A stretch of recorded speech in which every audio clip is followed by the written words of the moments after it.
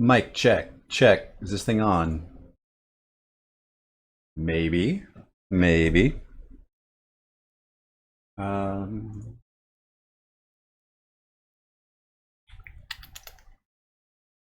is anybody even here? Is another question because this is a bonus stream. Surprise! So hey, I'm Joshua. Today is July 18th, 2017, and this is a Delver bonus stream. Watch out, folks.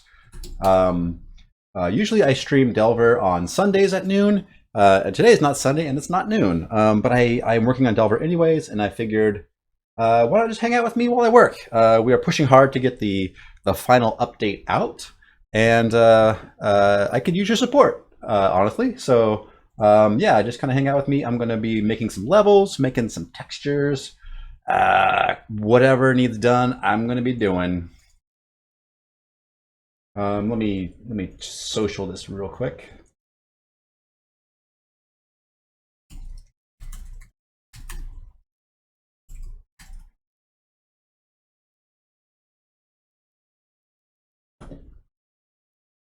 Apologies.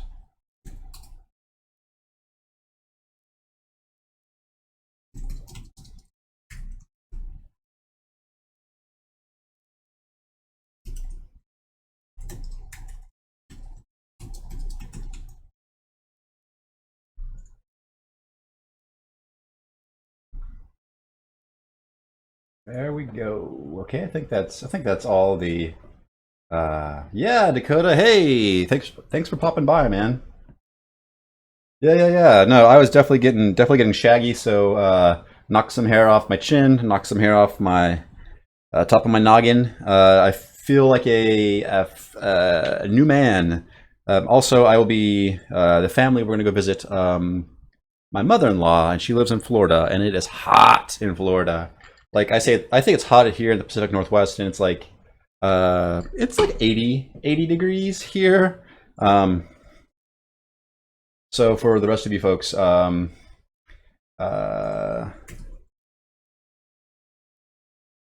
80 degrees is roughly 26 degrees Celsius, which is pretty warm for me normally, but uh, yeah, in Florida it's going to be much hotter. Yeah, no, unfortunately, yeah, I'm like I said, well, I wasn't super shaggy, but I am former military, and I can't let my hair get too long. Like, I literally will have dreams about getting haircuts if it gets too long. So, it's nice to knock everything off. Okay, cool. So, hey, Chad. Let me just do my quick spiel. So this is Delver. Delver is a procedural fantasy dungeon crawler with roguelike first-person shooter, and what else? I usually say fantasy, but I already said that. Bit of a, it's not quite a kitchen sink. It's an actiony, roguelikey, shootery thing. And in fact, why don't I just play a little bit of what I'm working on? But you can find us at delvergame.com. There's a link to here on Steam. For the moment, we're $7.99 on Steam. We plan on releasing like the final major update, so I guess full version, the end of this month, and we'll probably we're planning on raising the price to $9.99, but we'll keep it at $7.99 a day of release, and maybe a little while afterwards let people get it at that price, because we don't want to, like, price gouge you, but we still think that $9.99 is fair for, as long as we've been working on it. There's also a Humble widget if that's your deal, but the Steam build is the most up to date. But you get a Steam key with the Humble build, so you can go that route if you want. Once the game is released, we will give love to other platforms, so Android, Humble, iOS, all that jazz. We will weigh, like the effort it takes, because I think it'd be cool to have an itch.io and other stuff too, because people like to buy everywhere, and I don't see why we wouldn't offer it to people everywhere. So yeah, let's get to working. I was Army National Guard for 7 years. Okay.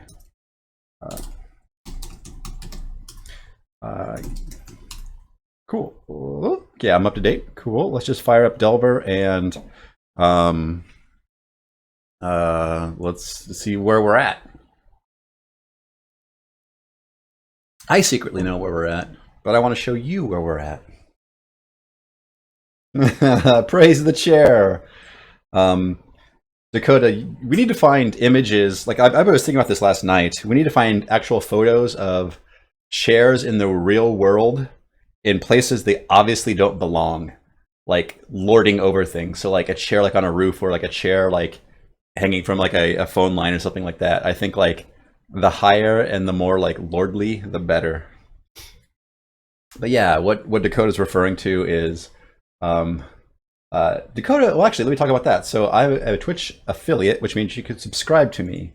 When you subscribe to me, you get the ability to make commands. So Dakota made that command because I was editing a level, and I was just doing typical level editing stuff. Kind of popping here and there around the level, adjusting walls, etc. And then for some odd reason, I don't know why, I just panned the camera kind of like away from level, like looking off into the void, and there was just a chair all by its lonesome, just hanging out in the emptiness of space.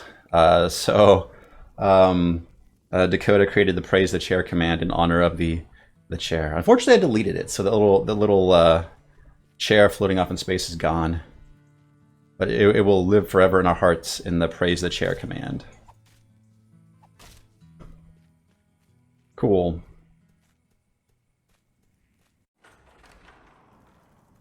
Yeah, so we are working on, I think of these, yep, I need to make those into pages.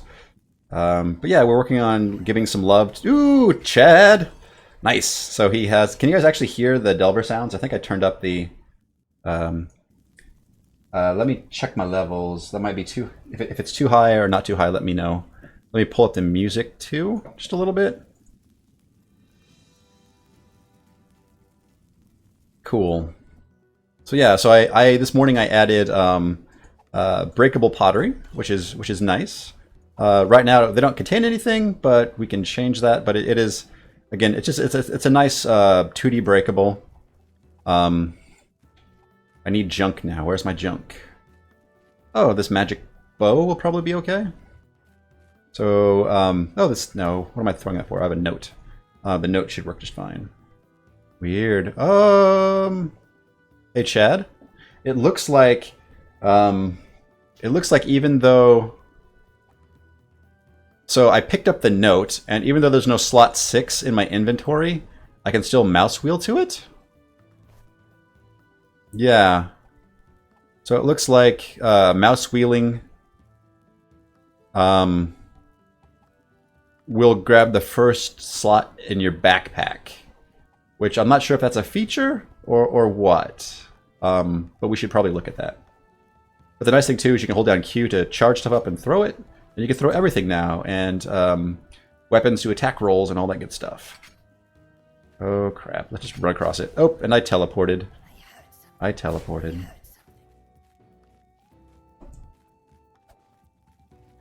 Ah! Yeah, I should have some pots down here or something, because it's kind of empty there, but there's no real good way to figure out which segment I'm in. Can you not get through? Oh, there you go. You can get through there. Yeah. I'm just trying to add little, like, I'm trying to spruce up the tiles you know and love to... Oh, that's not gonna work. Yeah, maybe it did. Again, I'm trying to spruce up all the old tiles to have new little secrets. Also, a coat of paint so they look nice. Like I added this arcade, in this level or in this room. Just trying to like not go crazy with the detail, but add enough so that it's interesting, and even though it's still somewhat familiar. Yeah. So this is Delver. Every level you get is procedurally generated. Oh man. And right now I'm in the process of building these rooms that we stitched together. I think, Chad, we also need to update the room builder because it's still using the old texture atlas, and for the time being I just turned off random rooms. But I think we'd want to turn that back on at some point in time. But for now I'm leaving it off while I'm building the room so I can make sure I hit the rooms that I'm building.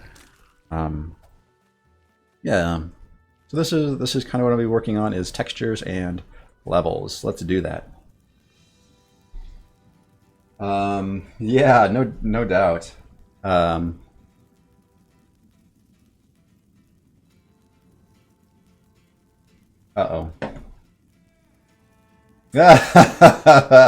That's a pretty good praise of the chair, Dakota. That's a good find. um,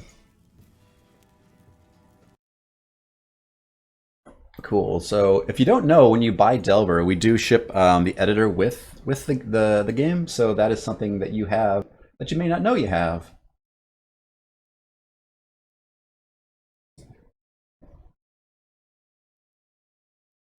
Cool. All right. So what do I want to work on? I guess let me throw some pot prefabs around. So open, generator, dungeon, halls.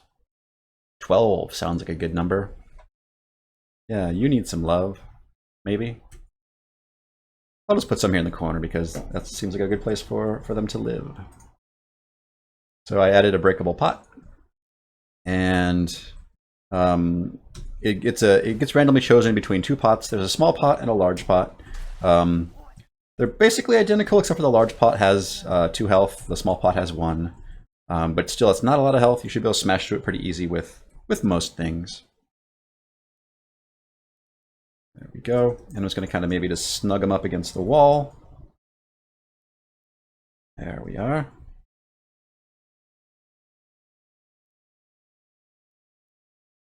There we go.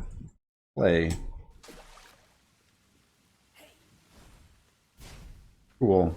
And then also, maybe on the end guy here, I'll add a spawn chance of maybe 0.7. And then I can just throw some more on the other side.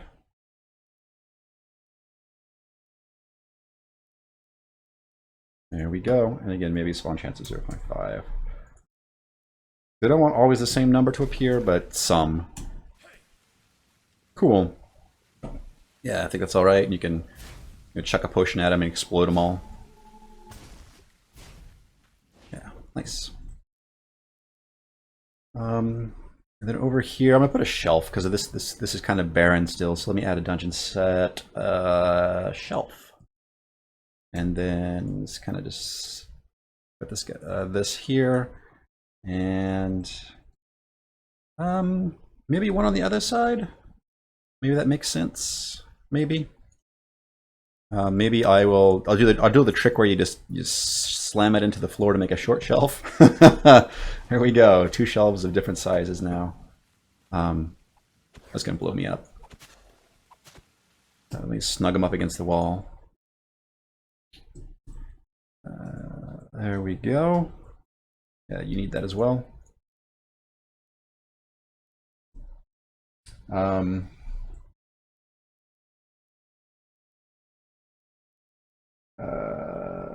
Pick up pots and throw them at enemies. Right now, no. Right now, pots are just breakable objects, like the bushes.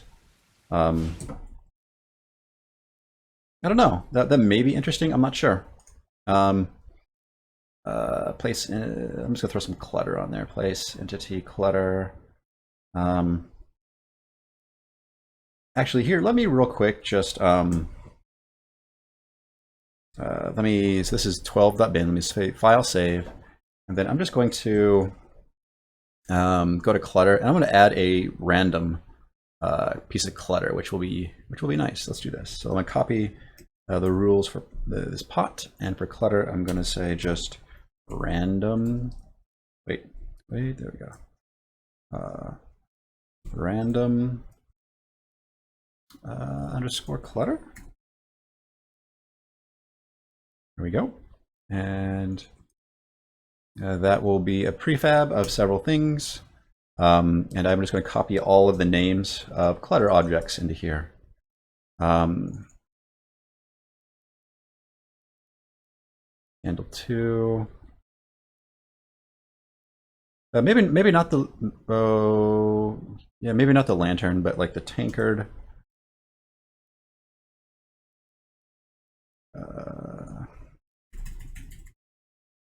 And I think bowl, cup, bowl, cup, plate, skull. Those are all things you might find on a shelf. Plate, skull. What else? Book underscore 1.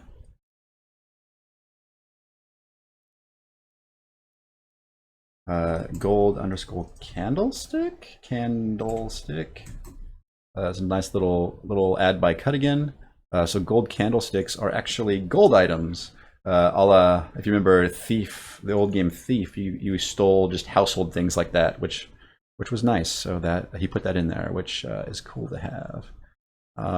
Skull, bones, door. Yeah, that should be okay. Yeah. So basically, this just gives me a random piece of clutter, which should make decorating the shelf a lot easier, and it's not in category rules, is in category clutter. Cool. You never mentioned that, Dakota.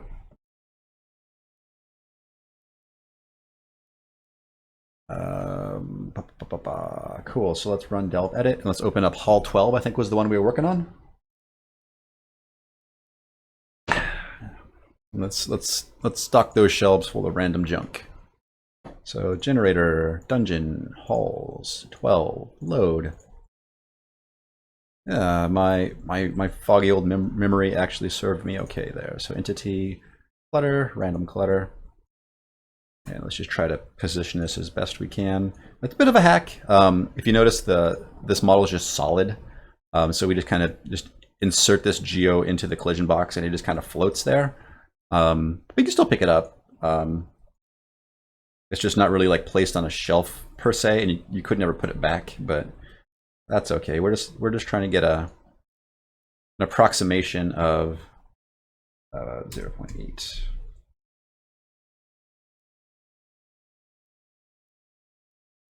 But of course, it makes the selection of this stuff a bit fiddly as well. So how about 0.5?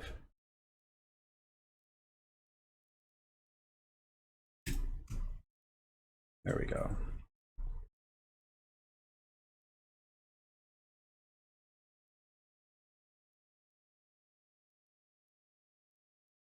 There we go. Cool.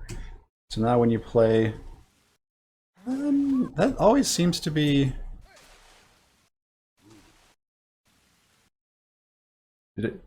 Spawn chance 0.5 is spawning way more frequently than I thought it would. Again, that's kind of the name of the game with procedural generation is the RNG can surprise you. Because basically I didn't expect like 6 things with a 50% chance to show up all for like 4 times in a row. Maybe it's not honoring that property like I think it is.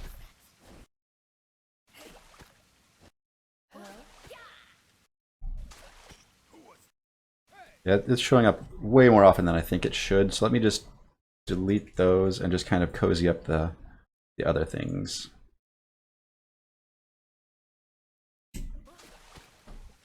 There we go. That seems all right. Oh no! So Chad is confirming, or Chad in chat is confirming that prefabs don't honor the spawn chance. So I will just have to be careful how many I add.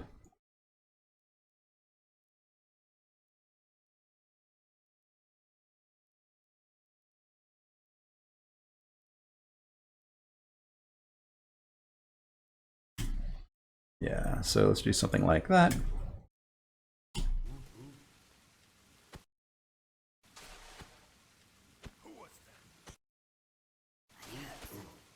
It might be, I don't know, like, that seems like a lot of things. Let me just try to tone down that. Yeah. There we go. Having random junk is nice.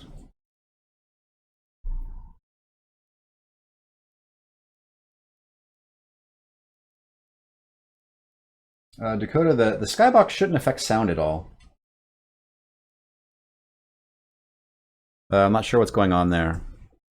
File save, file open. How about hall 6? Have I touched you? Nope, that's looking pretty plain. Let's add some spice to this hall. What am I thinking? Because it has these series of little rooms back here. Maybe I'll decorate them up like rooms. That kind of makes sense in my brain. Allspice.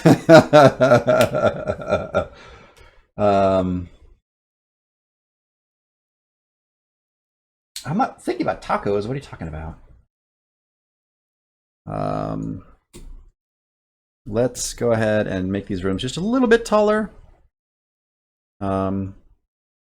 Not crazy tall, but maybe just a little bit higher ceiling. And again, I could add shelves and stuff to make them feel like they have some sort of function or utility. Shelf. Just gonna slam it up against the wall. And I think there's gonna be a torch in the middle. Yeah, so I can just kind of gently nudge this way and then slide this over this way.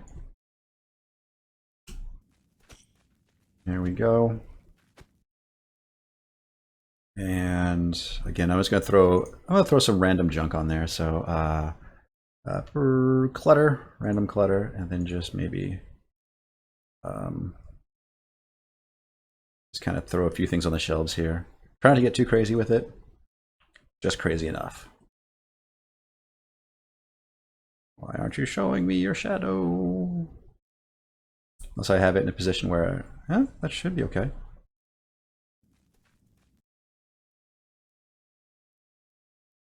There we go. Oh, do the plates not cast shadows? That's interesting.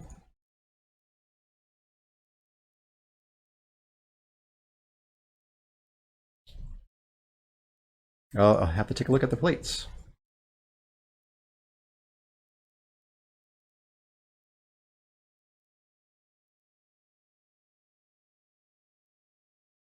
There we go. Cool. Yeah, just trying to breathe little bits of life into it.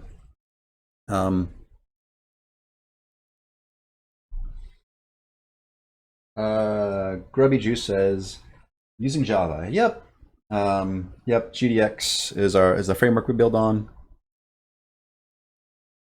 Yeah. No. Again, for making games, you should use whatever tool allows you to like work fast and easy. Like it's already hard enough making a game. Like don't feel bad to use Game Maker. Or if you know a particular language very well, don't feel bad about using that language.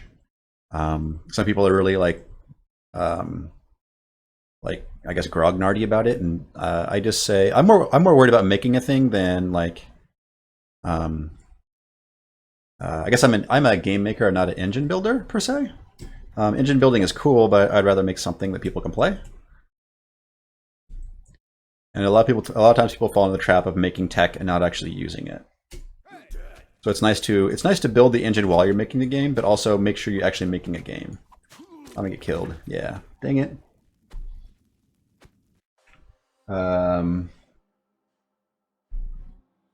Red Origin Game says, "What is this, Delver? Not supposed to be Delver today." Yeah, this is an extra Delver. Yeah, I figured, why not? I was streaming my little lunch project earlier today, and I was in a good streaming vibe, so I figured why not just keep the ball rolling. And I'm just making levels, so hopefully it's not too boring for Hooks. Making this a nice big room. Yeah.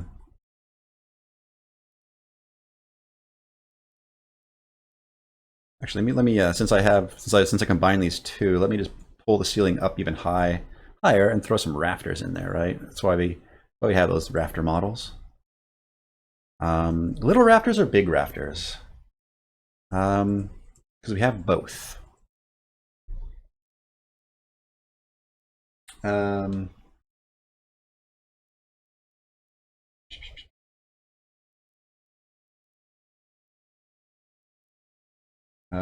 I can go. Ramen says, I saw a thumbnail. I thought somebody else was doing the stream. Nope, it's me.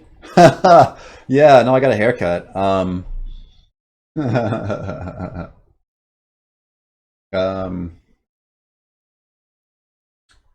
Yeah. You can also, Dakota, you can remove your old commands too if you don't want to have multiple commands. You just remove it and add it again. Yeah. I got a haircut. Um, what am I thinking?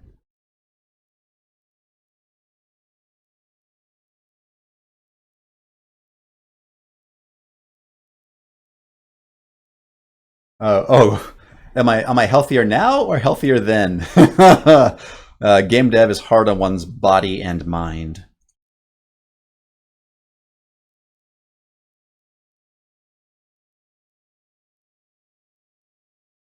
No, lately I've been trying to be good about eating right and running again. I used to run all the time, and I fell out of the habit like hard, and I've been trying to get back into it, but it's challenging once you get out of it.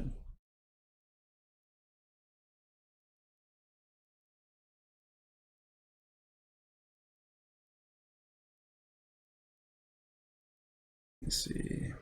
I think that's an okay height for the rafters. Let me just start duplicating these then. Just kind of position them wherever seems reasonable.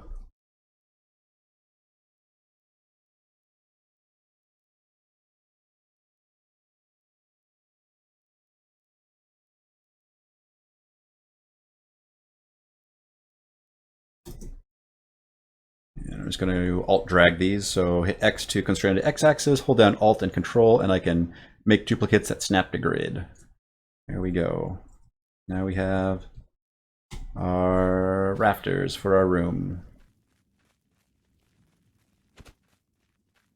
Which is again a nice little feature. You still get the part of what I realized about the dungeon area in Delver is the low ceilings, and with the rafters you kind of get the best of both worlds, where the ceilings still feel low, but still have the some of that like the height beyond, which is nice. Um,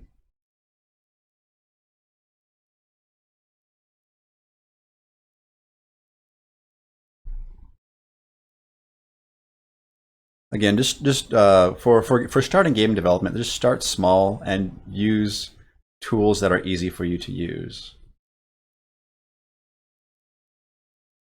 What is this stuff going to be? We have this big area. Um,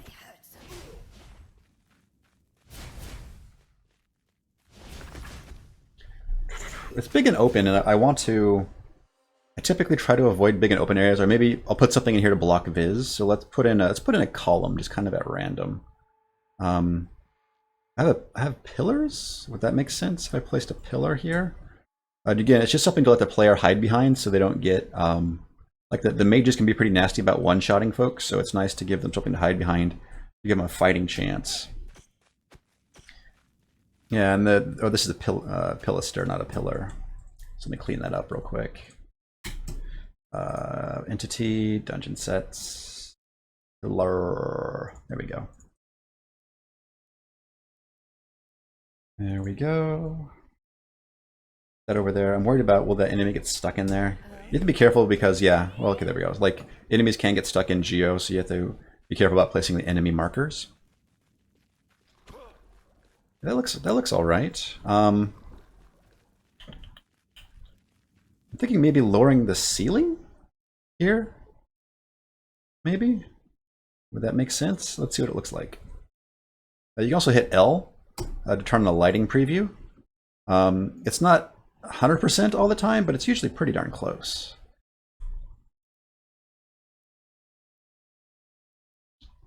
Who was that?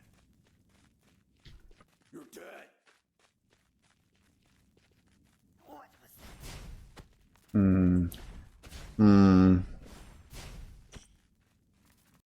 Let me try lowering it even more extremely.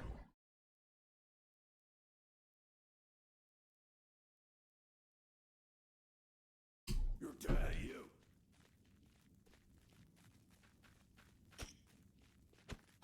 Ah, too many enemies. I can blow them up, I suppose, or blow myself up.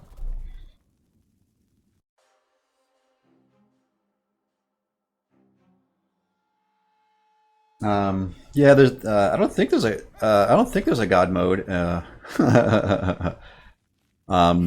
don't know. We should be able to tell if you're playing from the editor and not let you die, but that's okay. I'm just. I guess if I turn on no clip, does that help?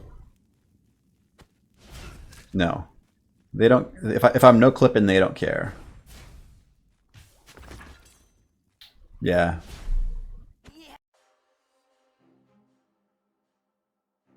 Yeah. Let me just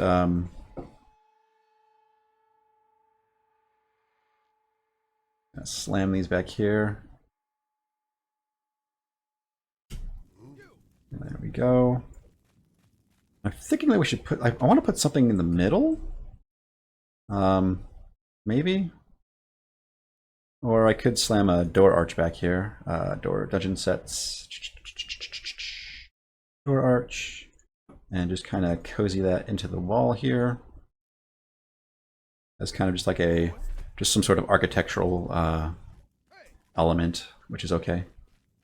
I'm wondering if should I make the floor water? That makes sense since there's a little bit of a lip there already. Let's try making the floor water and see how that feels. Well, it looks like, yeah. Yeah. Yeah, I don't know. I don't know.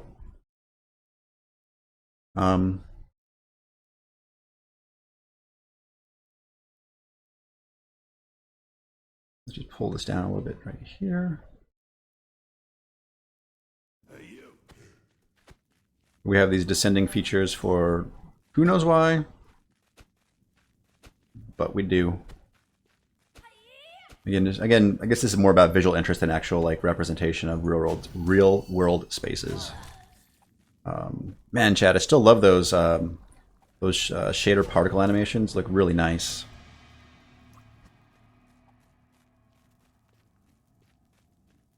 Okay.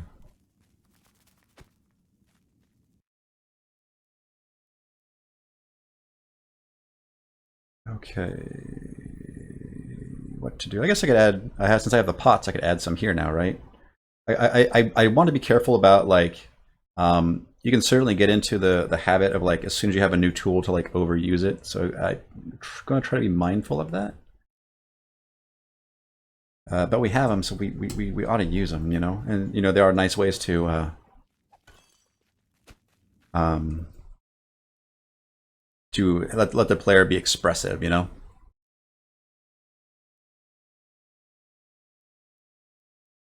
Cool. Sorry, Chad, I'm not keeping up with you very well. There seems to be really good talk about game dev, which is cool.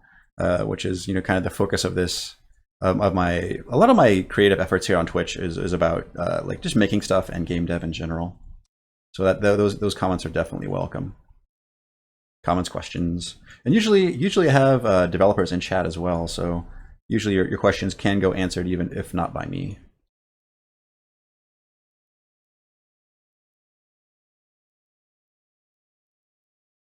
Hey, you. What's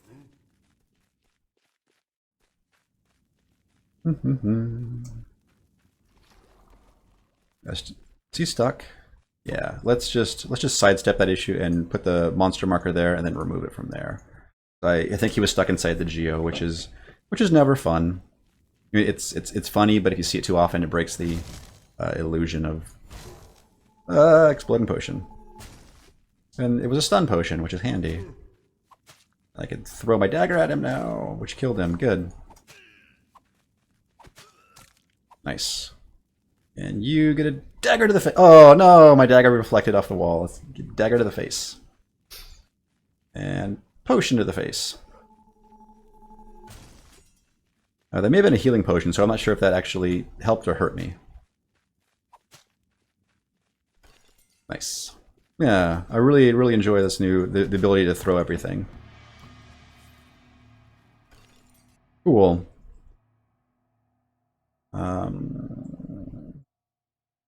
Again, on almost I'm almost worried about getting too crazy with it, but let's just add some pots in here as well. Maybe it's a storage room of sorts. I feel like basically I articulated the trap that I'm falling into at the beginning of this, so it's okay for me to fall into it now.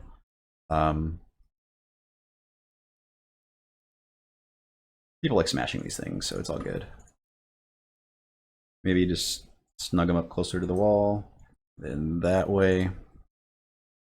There we go. We have a pot room now. People can smash pots all day long.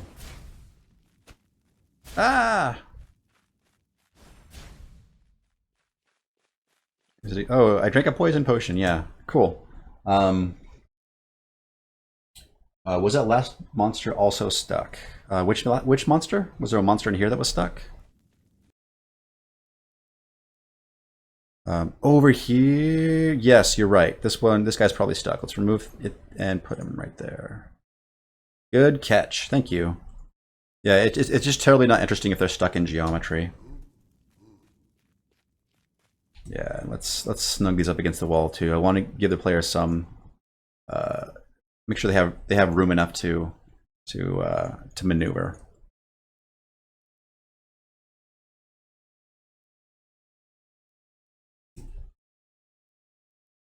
Cool. Let's just call this one done for now. File save, file open. How about 4? Okay, I've already been here. It's not super interesting, but it's okay. They don't like. Maybe that's okay. Let me go to. I'm trying to find one I haven't touched. 8. There's a little bit of decoration going on here too. But I feel like this can use a little bit of love. Like I think here in this area here, bookcases make sense. A dungeon set, bookcase. There we go. Because I imagine that these areas are like more likely to be like lived in for some odd reason. You know that probably isn't. You know, like it's not like a true thing, but I in my mind I equate it like that.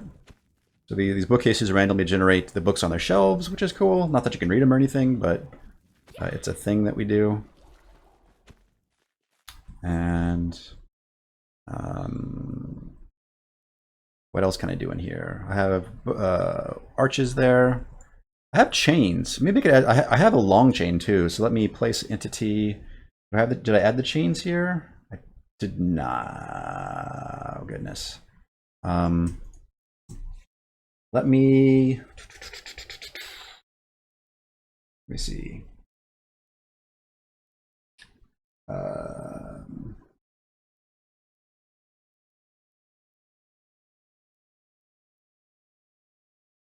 I don't think I kept the hanging flag mesh, Chad. I think I just pitched it. I don't think I liked it.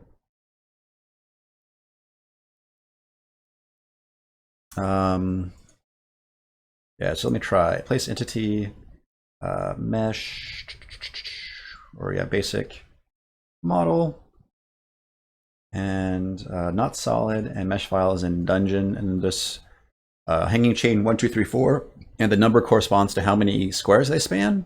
So I want to grab the long chain, and I need to update the mesh texture file. So textures/dungeon/meshes.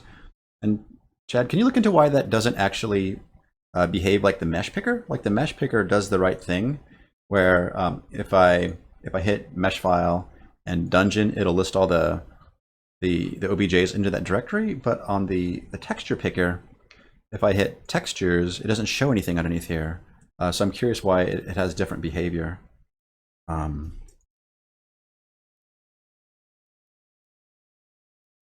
Yeah, I'm just gonna kind of put that there. So it's up out of the way, but still low enough you can see it.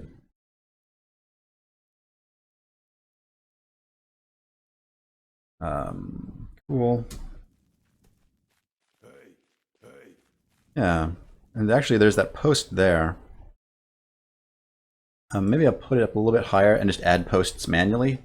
That seems like a fair thing to do. So right click, place entity, dungeon sets, wood post. There we go. And hit T to turn it, and I'm just going to align it to the wall. There we go. Then pull it up here. And I think now, I think these are, I scaled these down so these are exactly half a unit wide, so I can change this one to hanging chain 3. And that should nicely span the gap when I put another one on the other side. So Chain hanging 3.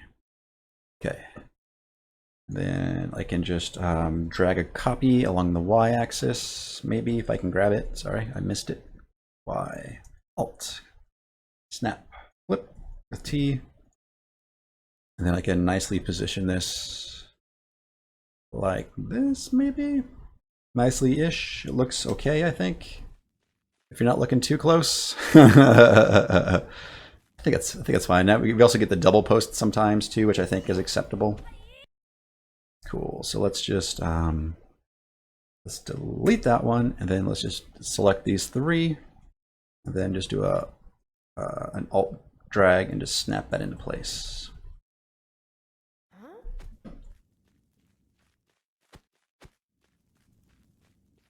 That's all right. And then I could also, let me see, X, yeah. So if I did drag a copy, and then if I hit R, I can rotate it. I think that's roughly 45, roughly. I can put this back over here and get some sort of weird chain hangy thingy going on like that. Does it actually touch the wall or no? It doesn't. Maybe if I rotate it just slightly bit, well, am I going crazy with the chains? Maybe. Maybe I am. Let's just slam that against the wall and put the post roughly where it ought to be. Yeah, that looks acceptable. You're dead.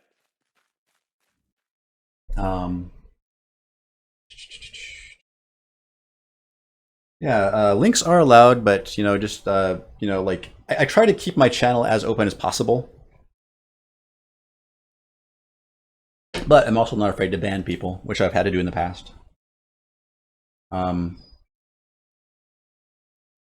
Cool. Yeah, well, it looks like there's good good game dev talk going on, which is nice. I always like to see that. I think those are enough chains. Can you ever have enough chains? A slight asymmetry is probably okay, just so it doesn't look so samey. Like you want to walk the line of having it. If it's too unique, then it sticks out when you see it repeated. But if it's too samey, it also sticks out when it's repeated. So you have to try to find a weird middle ground that maybe doesn't even exist. Maybe I'm just lying to myself. Actually, I think this on this side is, let's go down there. What if I, yeah, speaking of breaking the symmetry, what if I pulled this down low? Does that make sense? Or does it look stupid? Would people even notice if it's lower? If I slam this way down. Quit hiding.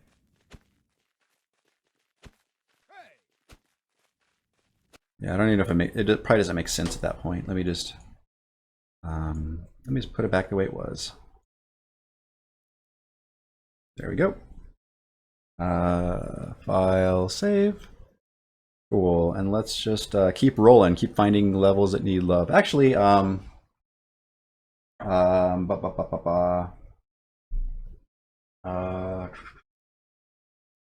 some pixel art. Actually, let me take a quick break, and then I will be back for some pixel art. So let's do this, and this, and this, yeah.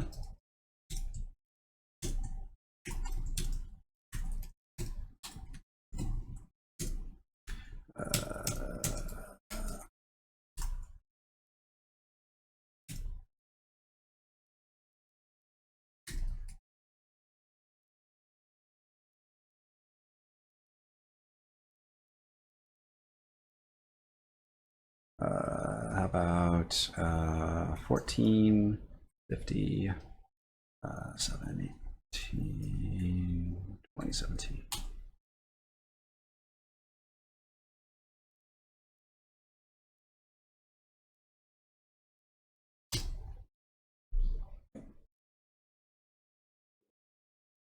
Oh, because I clicked. Don't click.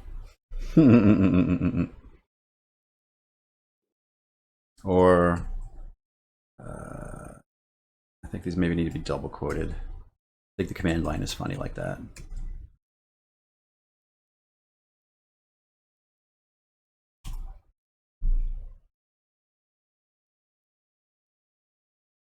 Maybe. There we go.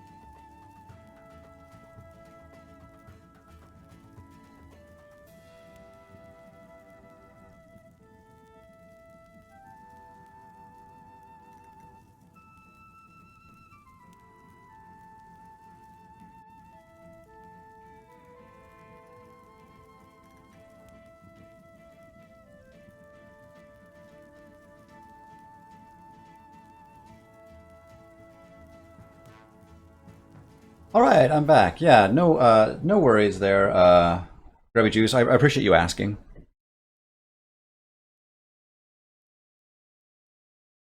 Chad says a barrel stack could be interesting, like in a beer hall. That might be, yeah, that might be a good model to make, or maybe a couple models that worked in concert together like that. Thank you. It's good to be back. Turn off that. There we go. Cool. Let's go back.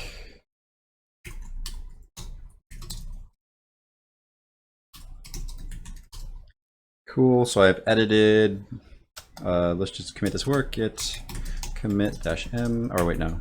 Add these first. Add dot git commit m more or work on dungeon/halls. Git push. Yeah. So hey, I see that Z4F1 tried to create a command. Interesting. Yeah, so I am a Twitch affiliate, which means you can subscribe to me. And some of the subscriber rewards I have are my little sub bot there, so subscribers can create commands.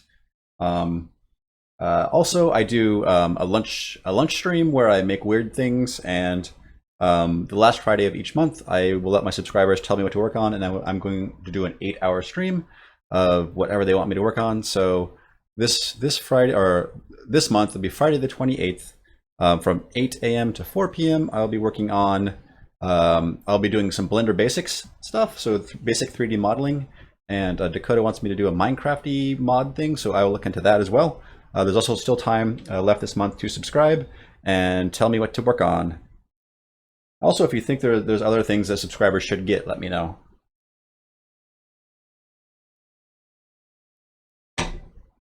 Cool.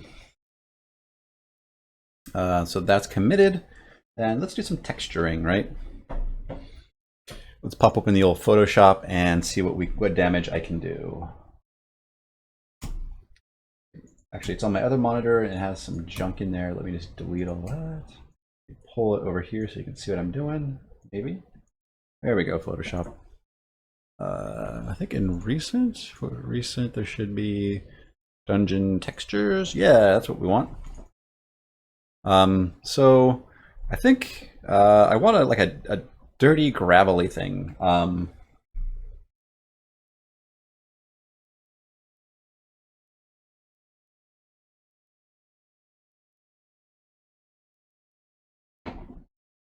Cool.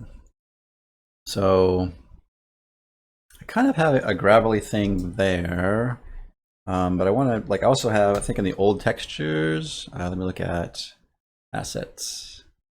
The original textures sheet. I have this one, which is okay. Maybe I'll rework this a little bit.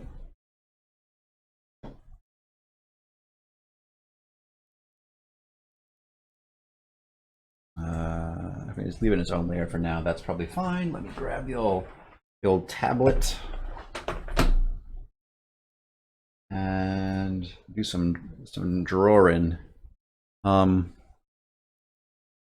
think I mean, I guess dirt is flat, so I don't need to have a lot of speck on it, which is okay. But maybe maybe I'm bummed out because there's not a lot of hue shifting.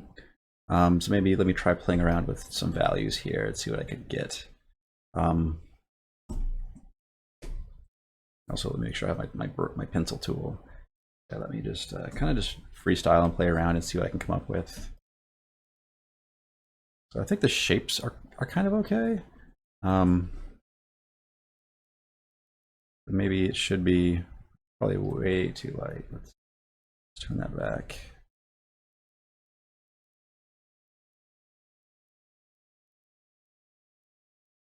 Lightness down, way down, maybe sat up.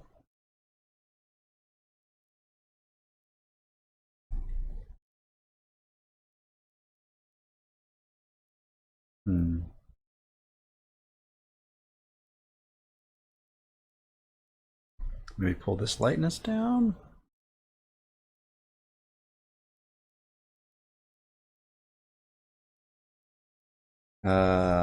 Yeah, time to do some arting.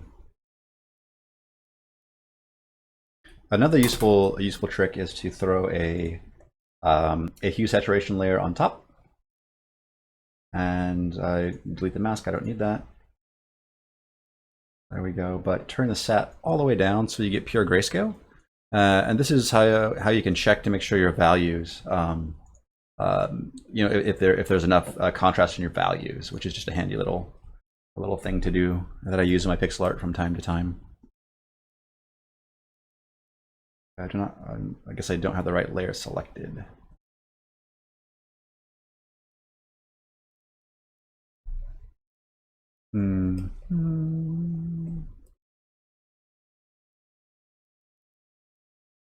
I guess I'm falling in the trap too here, where I'm painting like discrete rocks.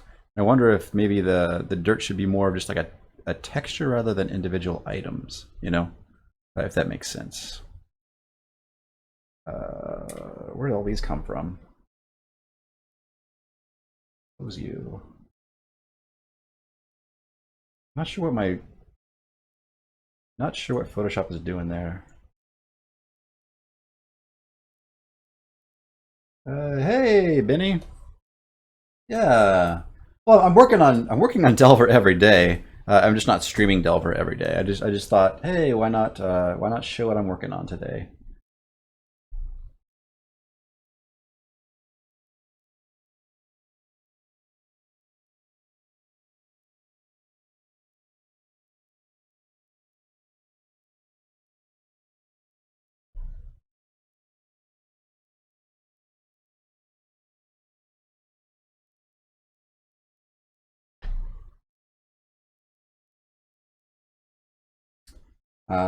Dakota says, I know one thing I miss is being able to draw the map like the old versions of Delver.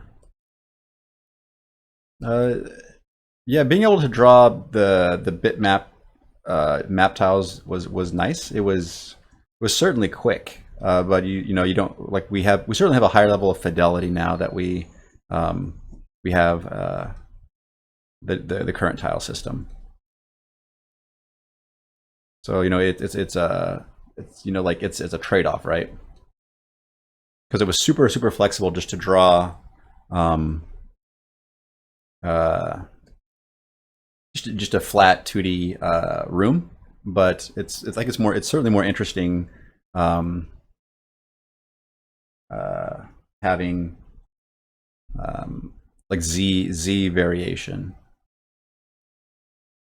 Sorry, I was not very terribly articulate on that. Apologies. You would think that I stream often enough that my brain wouldn't get stuck on things like that, but it still does. Let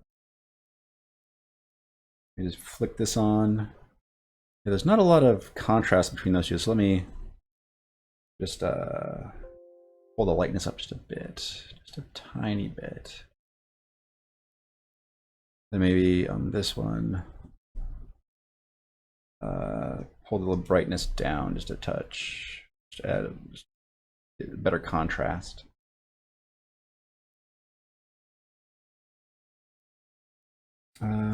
Cool.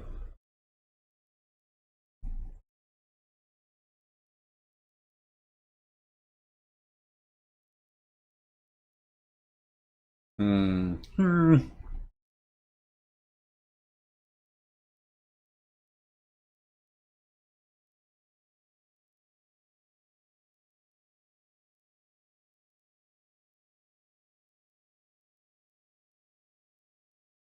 Paint, paint, paint, paint.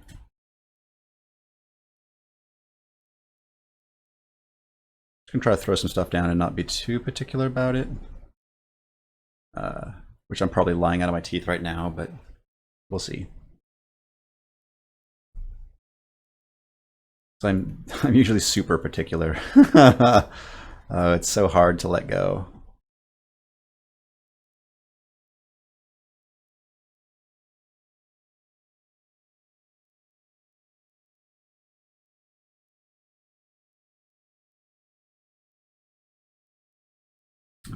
Cool. It looks like Dakota added an engine command, which is cool. I guess that is a frequently asked question that people have. So thank you, Dakota, for that. I don't know if that bridges that quite like I think it will.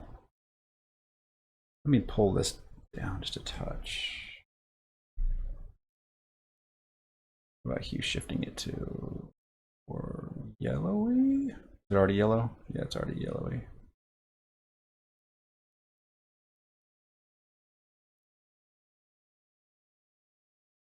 Pull the lightness down on that and change the sat to something that makes more sense maybe, or the hue to, so that makes more sense. But pull the saturation up so I can see what color I got.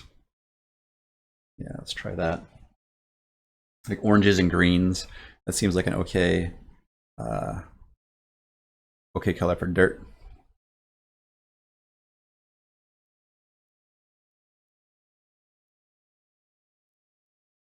All right, let me just draw some shapes in here. And so let me try to, I'll just draw a bunch of shapes and see if I can start picking out details and stuff.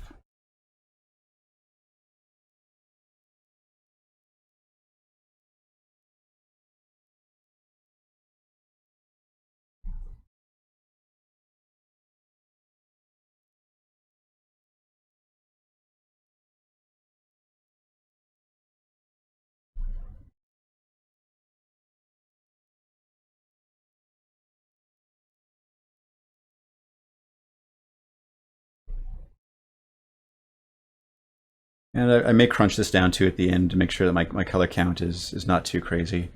I try to be pretty good about that, but right now I'm just trying to work fast and loose. Not worry too much about like I said, like managing my palette too strictly, but I can come back later and fix that. Question is this even going to work? Let me grab my lasso tool and select this. Just kind of really roughly grab the ones I've drawn. You can hit a Control-Shift-C to copy the entire layer stack. Then I can paste it. Then I can just kind of move this here. Maybe edit, transform, flip, horizontal. Reposition that there. And then edit, transform, flip, vertical. And horizontal maybe. Edit, Transform, flip horizontal. I really should have that bound to hotkeys because that's something you do in pixel art fairly often. Yeah, I don't know if that's an improvement. It's definitely less readable. What if I touch up the old texture with the new colors? I like the new colors, okay. Yeah, let me try that. So let's drag you off to the side. And then over here, let's grab this, then drop in that color. And then what was the next color down roughly? I think this color is the same. Grab you and make it that. Was that not right? I think this one is this one. This one is that.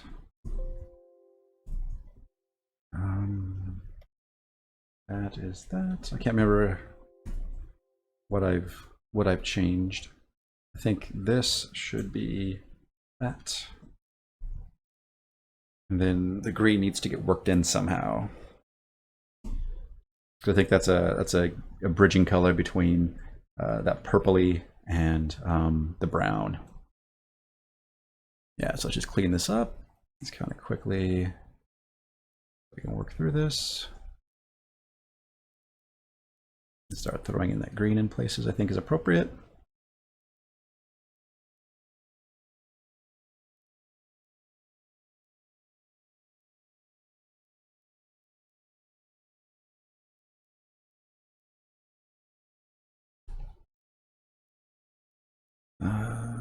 There we go.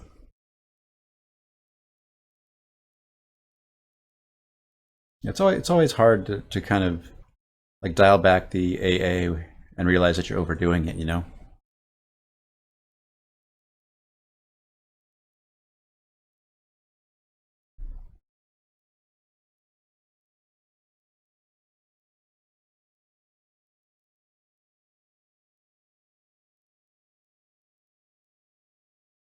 Hmm.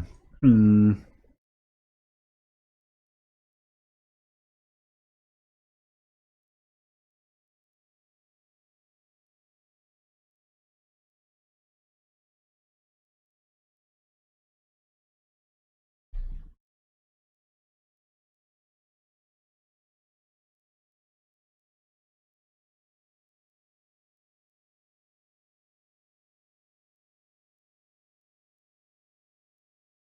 That might even be splitting hairs here, you know?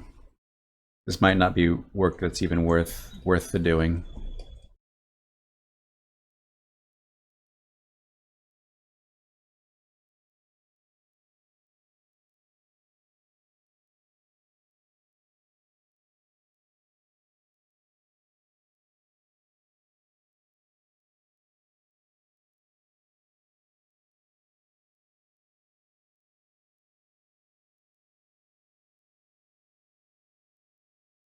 It's always hard to tell because you don't want to waste your time.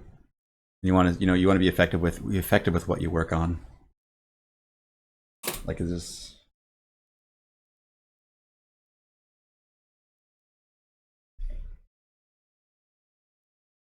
Yeah, let me just copy and paste that old ground in there, and then see if I can touch that up. This is the ground that's used outside, and I think it's still I still like it as the ground texture, but maybe just add some gravelly bits in there. Delete that. There we go. That's weird. Is it off by? Yeah, it was off by a pixel. That's what I was saying. Okay, let's merge that down. Let's just play with the colors that we have here already. Let's just turn on our little hue sat guy or gal, doesn't matter. Control U, pull the lightness up just a little bit. Okay, that's all right. Maybe play with the hue here. There we go. And maybe I think I want to add some of this up here. These rocks are nice colors. Maybe they'll add little bits of contrast too. We'll see. Again, I just use Control Shift C to make a copy of. Did that copy with? It feels like that's copying with.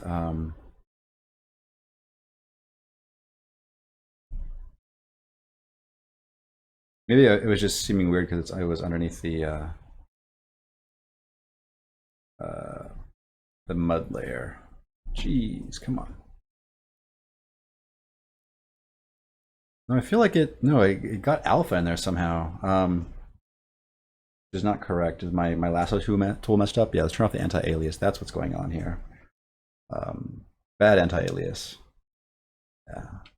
You can certainly use Photoshop for doing pixel art. You have to know how to properly configure the tools. Otherwise, they will ruin a lot of the work you're doing because you're trying hard to maintain certain like restrictions and stuff, and it will just step all over your toes and say, here you go, here's some aliasing and other good stuff, which in certain contexts is great. I want the eraser. I want the pencil eraser. Why don't I have? There we go. I had caps lock on.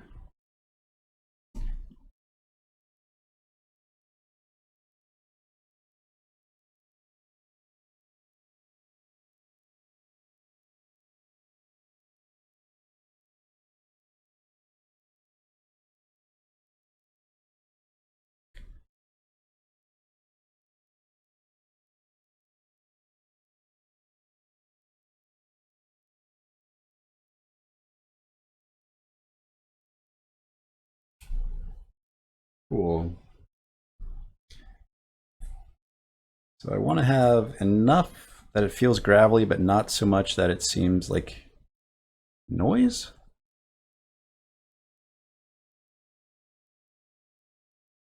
There's always a balance. Maybe I have to keep that dark there so it's actually readable.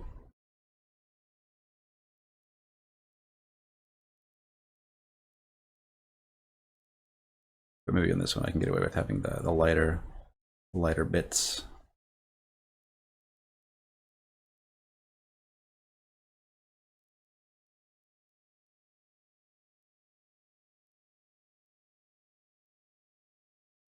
I need to pull this down right here a little bit. There we go. I think my light source is assuming like this upper left, like from this direction, like that. So I need to make sure to maintain that.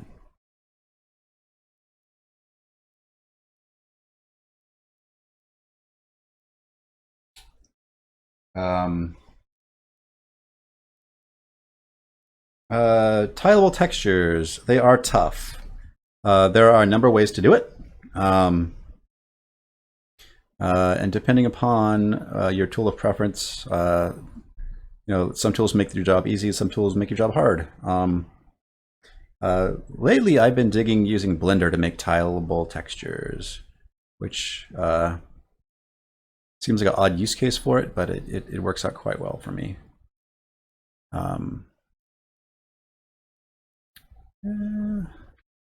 Generally, like if you want to do it here in Photoshop, what most folks will do is do a filter offset. I'll show you that here in just a second. So let me just let's merge all this down. Let me save it. Why don't you save it? Let me get rid of this. Now I should be able to save it. Nope, it wants me to save as a copy now for some odd reason. It's forgotten what I want to do. So textures, yep. Sure. You can make a selection like this. Copy, create a new.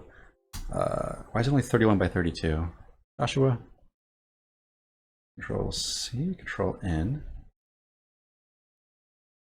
Well, something's wrong here. Weird. I don't know why that happened. Did I miss it? Control C, Control V. Did I goof up my? Oh, weird. It looks like it's. Okay, well, you need to go up one. It looks like I messed up. Here, let me grab all this. And nudge it over one. And then turn this on. I'm just gonna throw it underneath. And I don't think I've changed the color, so I can just merge this down and call it good. So let's make a selection. Let's copy it, Control N, 32 by 32, which is correct. We can paste it in there. We can zoom in, and now we can hit Filter, Other Offset. And we could do half of it, so 32 by 32. Okay. Did that not work? Filter, Other Offset. Oh, it is 32, so 16 by 16. There we go. And this allows us to, so now we can look at how the edges match, and they match okay. It's not super great, but they match okay. And you can hit Filter, yeah, Control Alt F. So they change it. So Control Alt F. You can keep hitting that to keep toggling it on and off. And then with Blender, you can just do some UV trickery to get a tiling texture going pretty easy.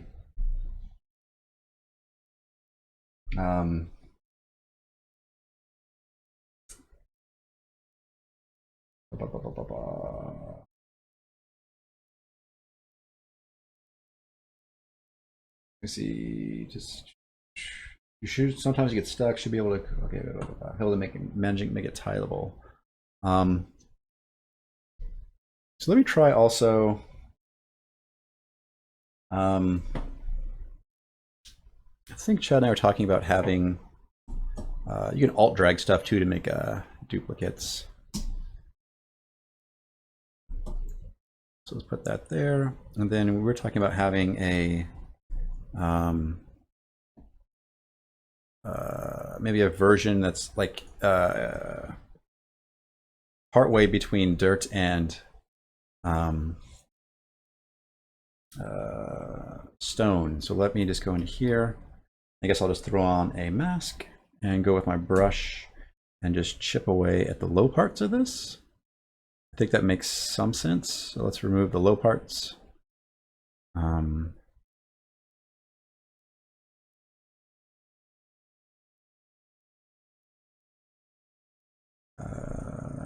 And I guess arbitrarily create some new low parts, so there's more than just that little bit sticking through. Let's do this. There we go. Maybe just kind of tweak the shape. Let's get off the mask and go here and draw that there. Do that there.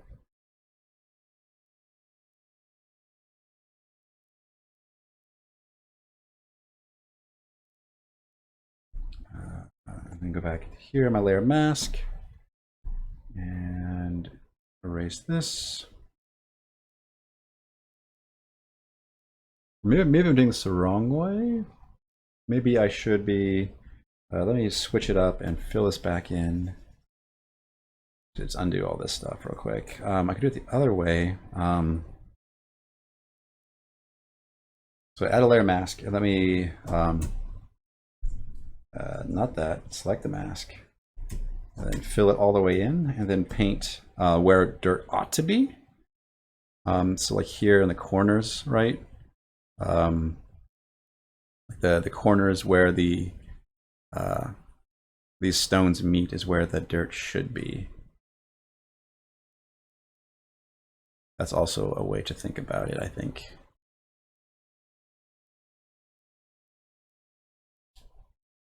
And I can come back and clean this up later to make it look okay. There we go. You here.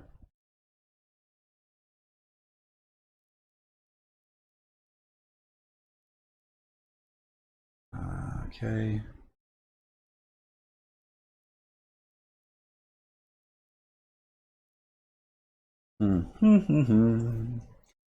Maybe just add a little bit here. Not super great, but it's a start. It gives me something to work from, I suppose. Yeah. Sometimes it's easier just to have stuff that I can fix and go about fixing it, you know?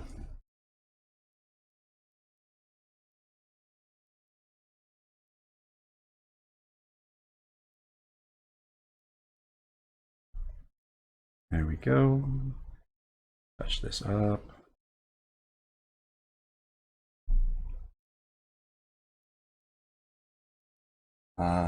Cool, thanks. Yeah, this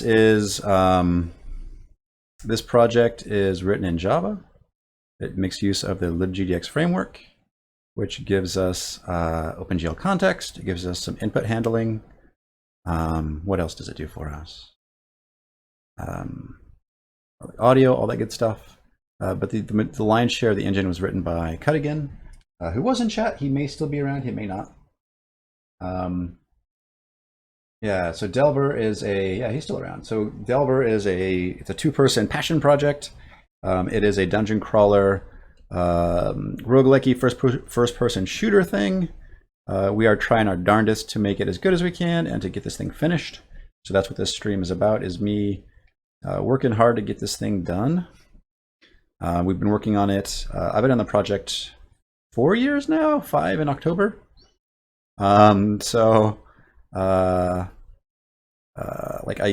want to work on it forever. Having a project with no like deadline or no goals is kind of a scary proposition, to be honest with you. We've kind of at first it was just a hobby project, so we worked on it in our free time, and then we got greenlit on Steam, so it became kind of a second job. And when people started paying us money for it, is kind of that definitely changes your relationship with a thing, because now we have paying customers, and I want to treat them like I think customers ought to be treated. So we all of a sudden that changes how we develop the thing, and we have mod support, so we don't want to break our modders. There's just a lot of considerations in the making of a thing. We're trying to do it right,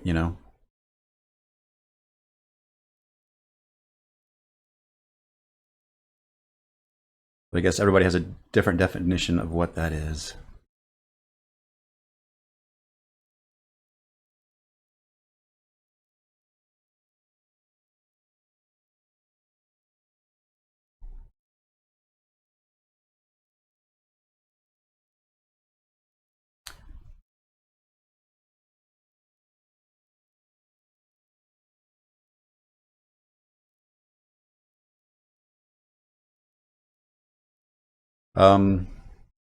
Another thing too, Dakota, is this vanilla Delver, or are you using Hawaii's reverse engineered stuff?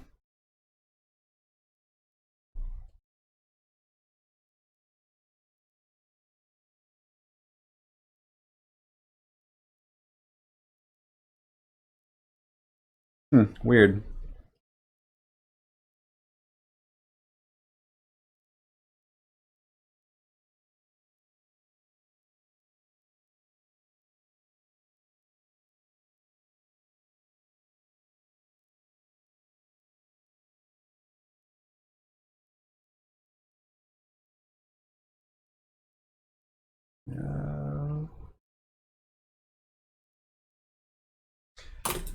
Okay, so real quick, let me smash all this together. Let me save it. Ping textures, sure. Yeah. Let me just pull it into the engine just to make sure that it's heading in a direction I think is okay. So I don't want to waste a lot of time on something that I'm not going to use. Okay, so let's go file, open, generate, nope, generator, dungeon, beginnings 3. Cool. And then let me select a floor from the dungeon texture set, and this guy is the guy we're working on. Which I think seems to be going okay. It's not in a terrible direction. Yeah, we could do something like, ideally we'd have something to, yeah, and maybe have another step in between. Yeah, I'm liking the way this is headed. If I flip them, do they totally break? Not entirely. It's still pretty subjective.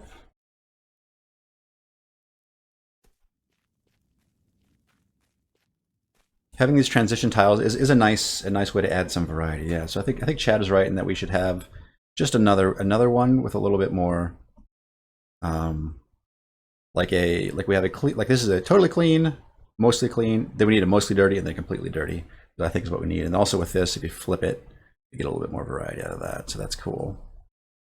Yeah. So I think it's heading in an okay direction. I might want to clean up still some bits here and there, but yeah. Just want to do a quick sanity check. There we go. And then similarly, I'll do the same trick I just did. So grab this and drag it over here. And then grab this and duplicate it and position it on top of this tile. And then I'm going to add a mask. And then I'm going to fill the mask all the way in. And then I'm going to paint on the areas that ought to be dirty. And maybe I'll use a bigger brush, so I just kind of naturally get just the parts I want. So again, corner,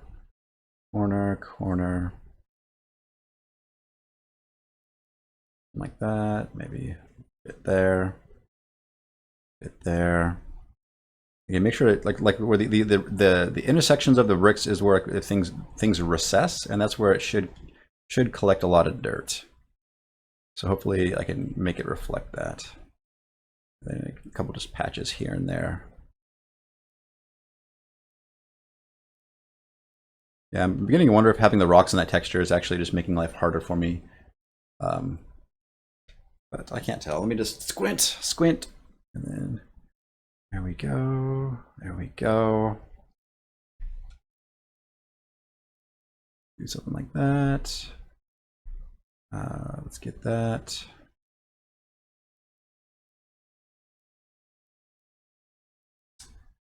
Yeah.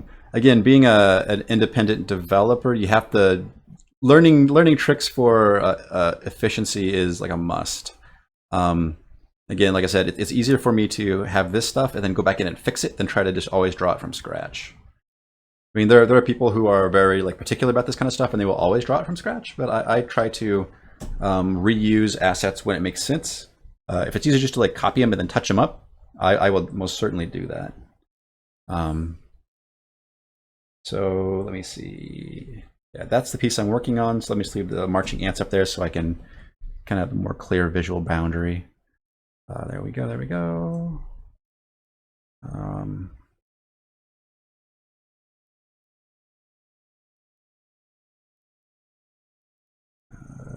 going to add some AA between this and the dirt, so it feels like it's actually touching and not just like hovering or doing the weird whatever it appears to be doing. Do that there. Just drawn dirt. Dirt. Hey, welcome back, Slayer Darth.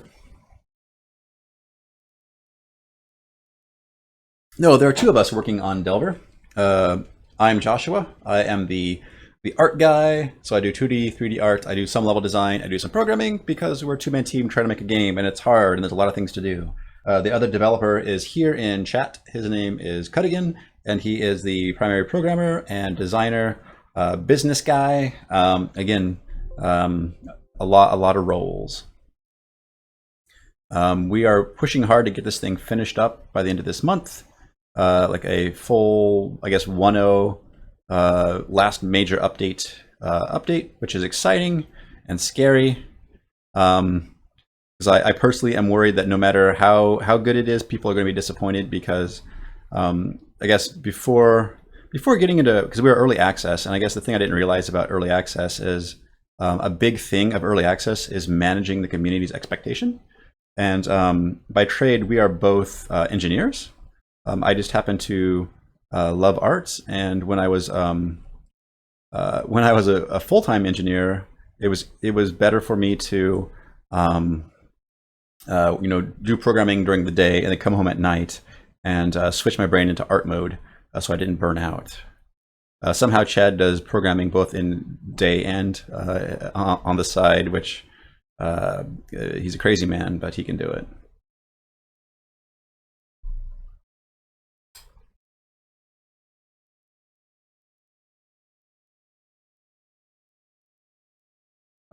Yeah, I don't mind front end territory. When I worked for Lexmark, I got to work on a distributed C++ backend, which was a lot of fun.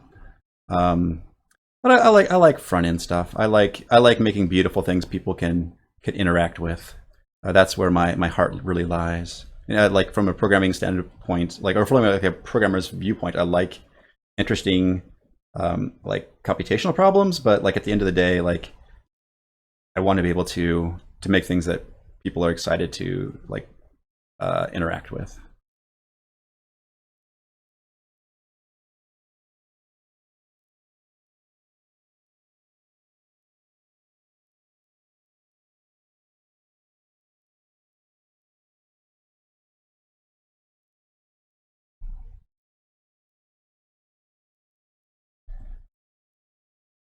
And there's like I enjoyed my time both at Microsoft and at Lexmark. They're both good companies to work for. I just you know I just needed some time to work. I'm trying to work for myself, see what that's like. Um, then I may go back to them, I may not. Like I'm just like I wanted this is something I've wanted to do for a long time, and I'm trying my darndest to give it a real go.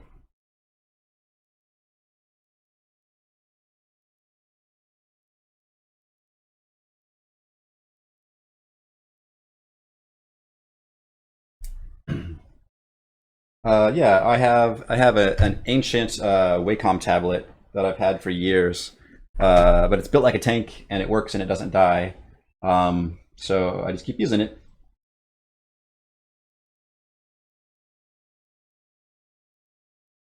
I think I did I bump that? No.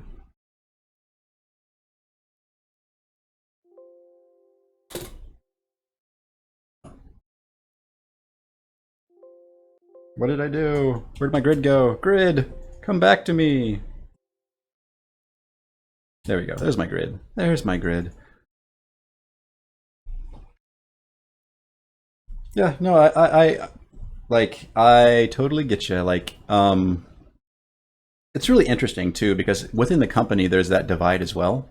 There are people who have been with the company for like basically their entire career. It kind of blew my mind at first, but yeah, I've met people who have only worked for, like, say, example, Microsoft, and um, like I was there when the company transitioned leadership from Steve Ballmer to Satya Nadella.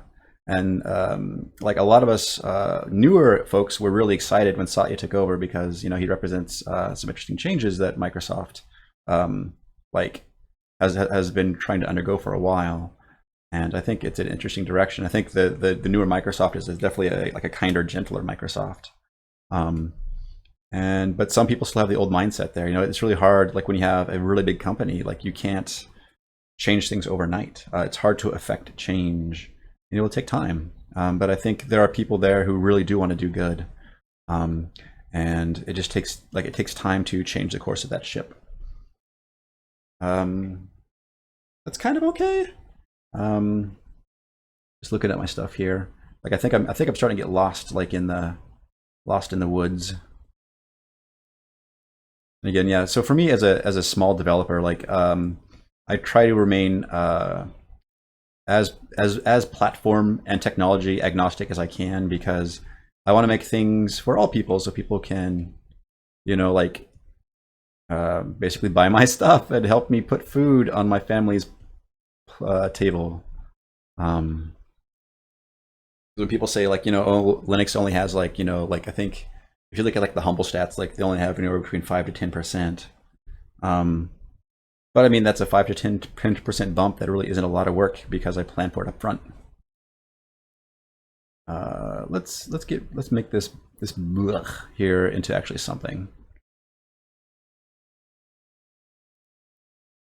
Yeah, like I mean I guess fanboys are okay. Like it just bugs me I guess a little bit when people like either love like they have such a I guess maybe I don't understand that people have such a strong connection to a particular brand, whether it's Linux or Microsoft or Apple.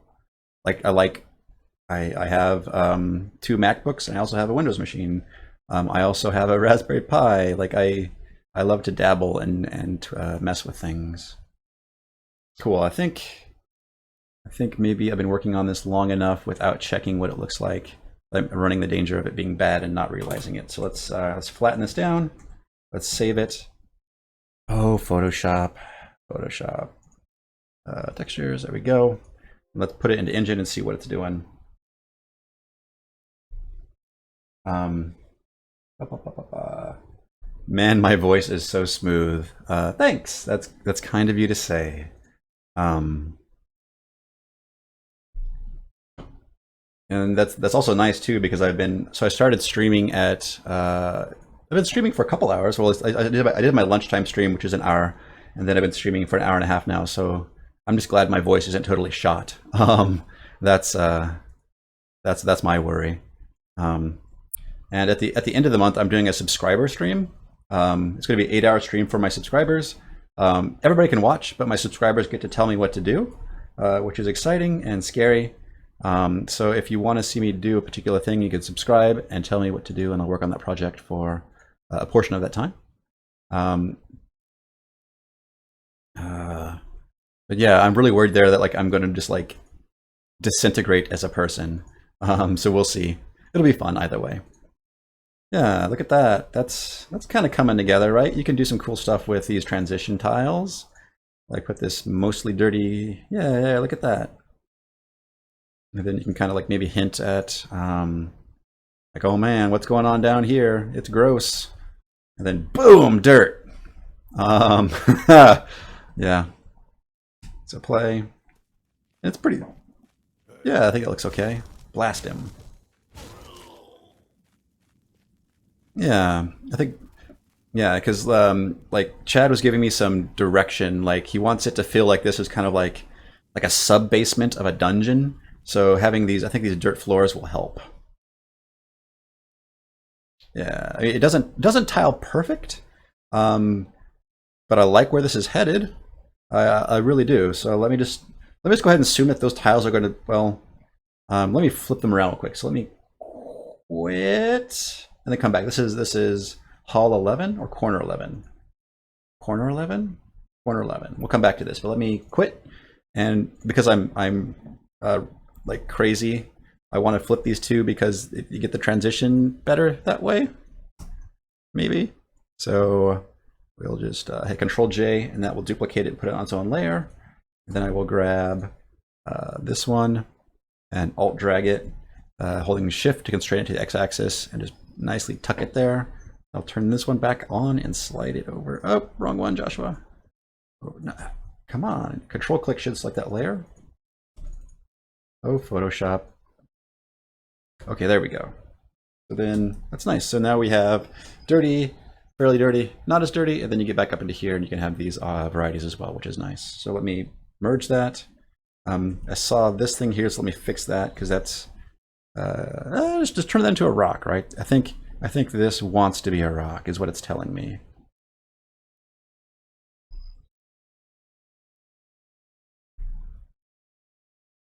And I guess it's a good idea to listen to what my art assets are telling me to do.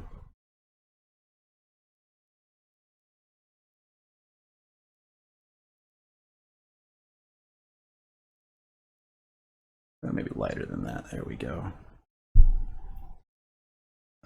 Yeah, cool. Save. For some odd reason, Photoshop forgets that this was a ping file at one point in time. Let me do, where is it? Ping? Nope, not Pixar. Ping. Textures, ping, save. Even though up here it says textures.ping and it's dirty, let me close that. No. Let me open it back up again. Recent dungeon textures ping. There we go. Nice. Cool. Slider says that's where build automation tool like Vagrant Docker are really helpful when it comes to blah, blah, blah, blah. I haven't really touched Vagrant in Docker. I think I'm mostly familiar with Gulp.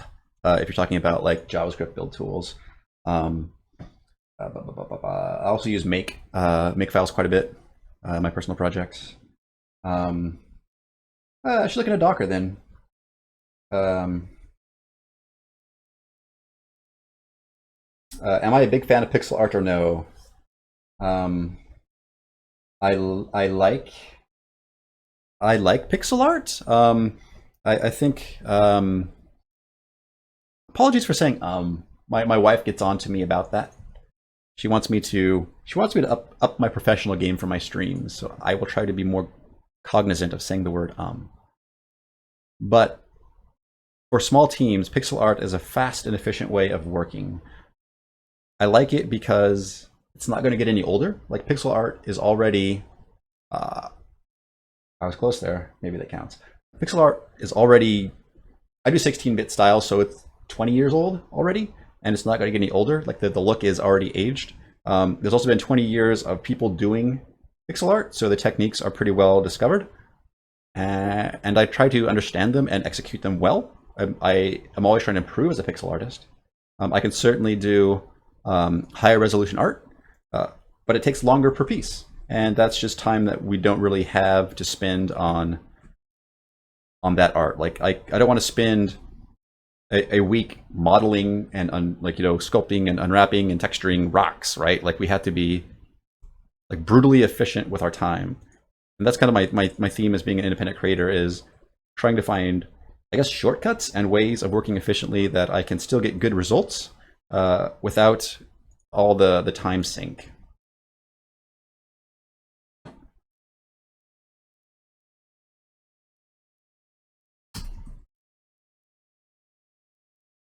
Yeah, that's what that was. I think that looks cool. Let me try putting it up here like in a corner. See what that looks like. Pardon me. Then maybe this one should be something like that one. Just kind of get these dirty corners. I don't know if that works as well or not. Maybe.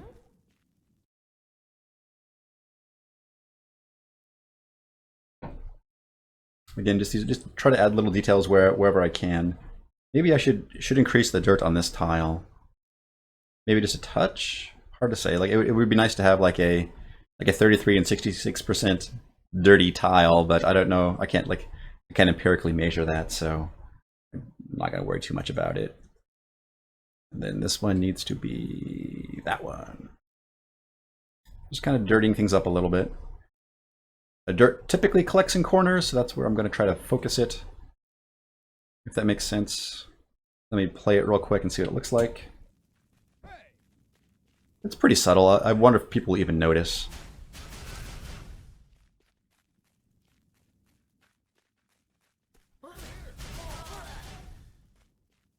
Yeah, and then down here it feels good to have all that dirt down here because you're a ways down in the grossness. Done. But maybe it makes more sense to have, pardon me, the worn away spot here by the table. Because if somebody's sitting there, maybe it wears away faster. Not sure. Maybe it doesn't collect as much. However, I can rationalize it, I suppose. Maybe in this corner as well. If I can get my cursor to do its thing. That looks nice. Naruto.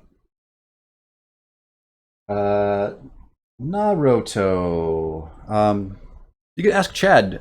Basically, we've been working on the game he's been working on the game 5 years, and he's also been working on the editor as long. It's a custom engine, so we have custom tools for it. Oh, nice little pile there.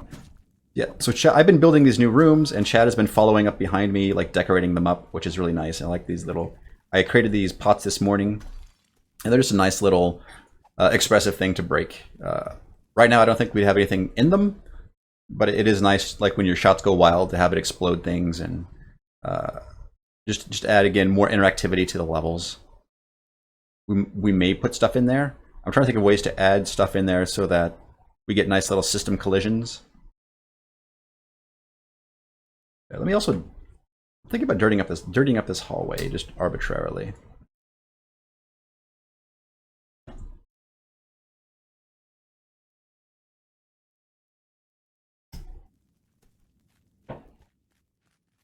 Which I think is okay. Again, trying to, like... I was watching a interview with John Romero that JP LeBreton had hosted, and John said an interesting thing about level design, and his philosophy was always trying to create contrasts. And he meant by contrasts like light and dark, contrasts like verticality, contrasts like color, texture.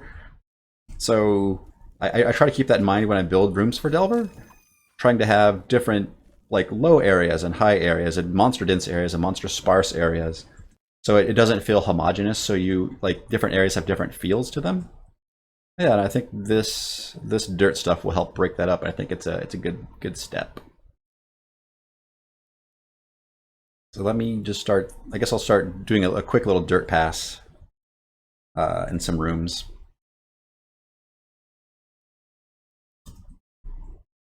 Okay, so file save, file open.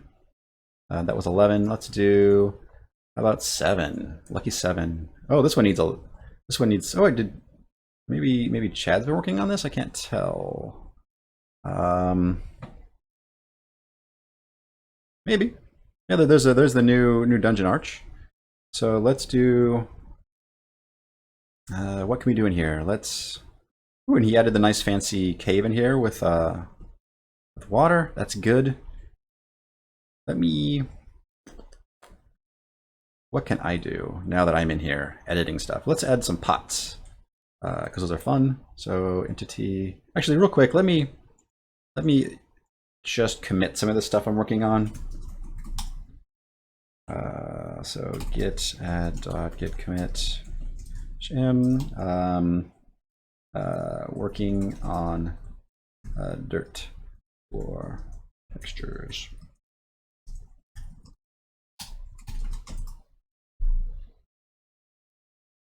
Thank you, Chad. I appreciate that. Yeah, I think it's going to add a lot of variety.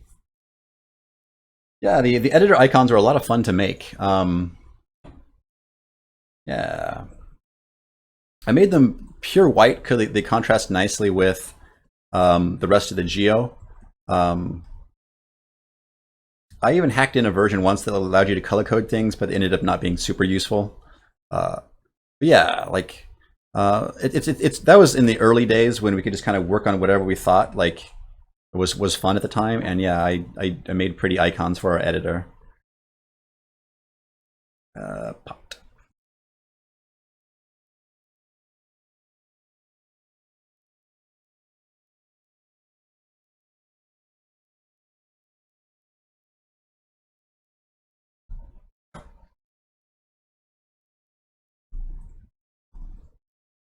Then maybe down here I'll add the dirt stuff. We grab that and then just turn those all into dirt and pull this up, or turn those all into this. Maybe it'll make sense once I start texturing stuff. So make like this stuff just straight up dirt, or just kind of fan it out.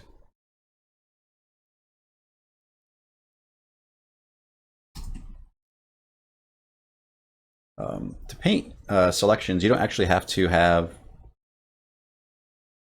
You don't have to select the tile as long as the cursor is hovering over it. You can still paint it. Or should that be inverted? I'm not sure.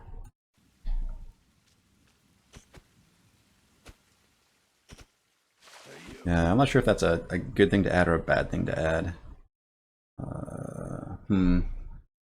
Cool. Thank you for hanging out. Do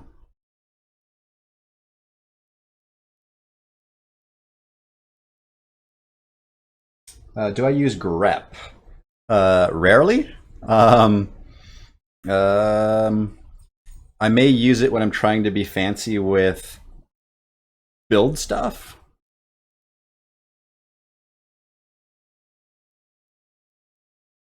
That's a rare thing.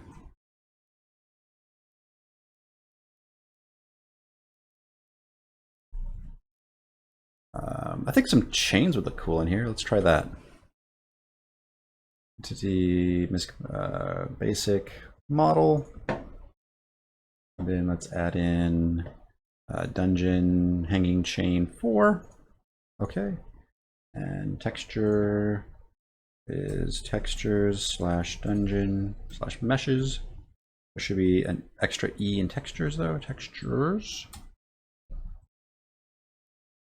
There we go. Let's pull this up. There we are.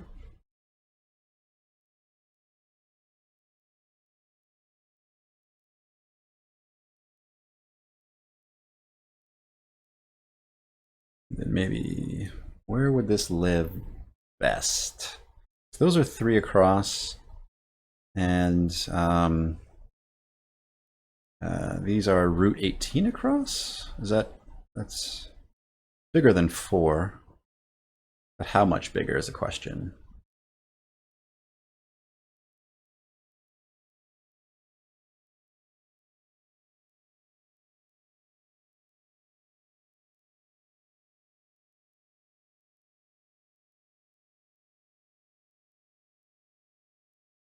That seems to work out okay-ish.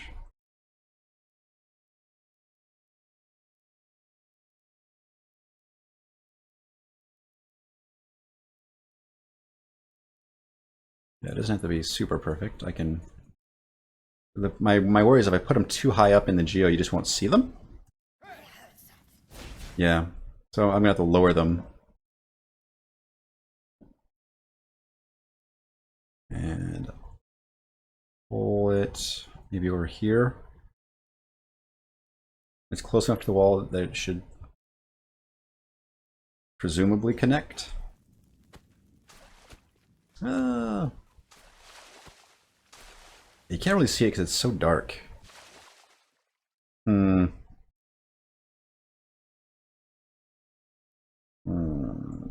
could add a torch down here. That might help with some of the lighting issues. It's just pitch dark in there. Let me add like a torch down here. Does that make sense? So like you can see, you can get, that doesn't really light it up though, does it? Who was that? Not really, but you can get out here. No, and you cannot get out here. So let's add a little affordance so you can get out. Let's just make a little set of steps. Yep. There we go. All right, got the, yeah, that's nice too. We got a little grate there.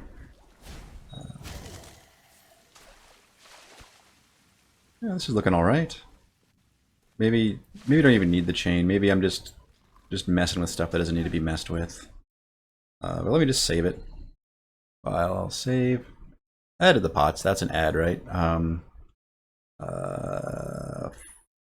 9.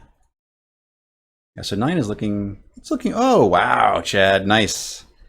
Yeah, that's cool. Who was that? Yeah, look at all these bookcases. We have this little down area. So let me make this dirty and use some of the dirt tiles there. This is the stuff I worry about because people get really upset that they can't get up there. So I may add a, maybe just, I'm going to sneak a ladder in behind one of these crates.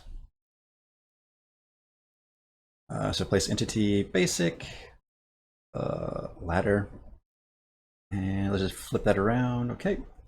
And then let's just kind of put it right there. And then maybe pull one of these up to kind of help hide it just a little bit. Not super secret, but maybe I can pull these out further this way. There we go. So people who are paying attention can see that there is, in fact, a ladder back there. Nice. Then now I can dirtify everything down here. Let me see. Sorry, chat. I've been kind of ignoring you folks. Let me see. Make it less symmetric. Yeah. Symmetry is a thing you typically want to break. You're absolutely right. There's a floor. Let's add the dirt floor. And then let's add the mostly dirty tile. And then the kind of dirty tile. And then maybe here again to call attention to the fact that there's a ladder though. Maybe I'll make this mostly dirty, I guess. There we go.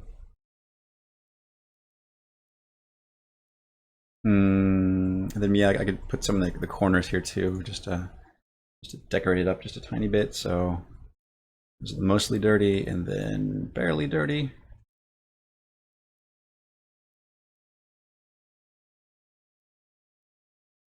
All right, that looks nice.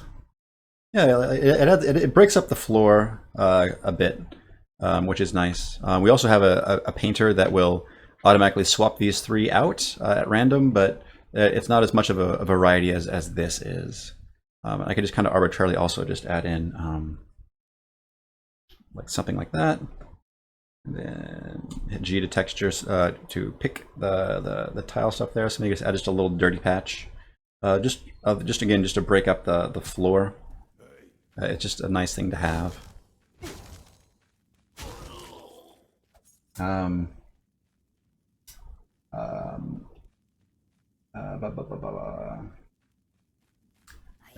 Cuttigan is the main person behind Delver. But no, he's not a mod on my channel. He's just a scrub, I guess. I never thought to make him a mod. That seems kind of weird. I don't know. Like I guess there is something of a separation between Delver and my channel, but not a lot. Yeah, I hadn't really thought about that. If he wants to be a mod, I will make him a mod. Cool, nice. Some good floor variety there. Save, file, open. How about 13T? You sound fun, and you look like a good candidate for dirt. Okay, so make this whole darn thing down here. Ooh, I don't want to. Let's be careful about how we do this. So let's start here, and then I can just start. So I don't want to paint like the pillars and stuff that are already kind of done up.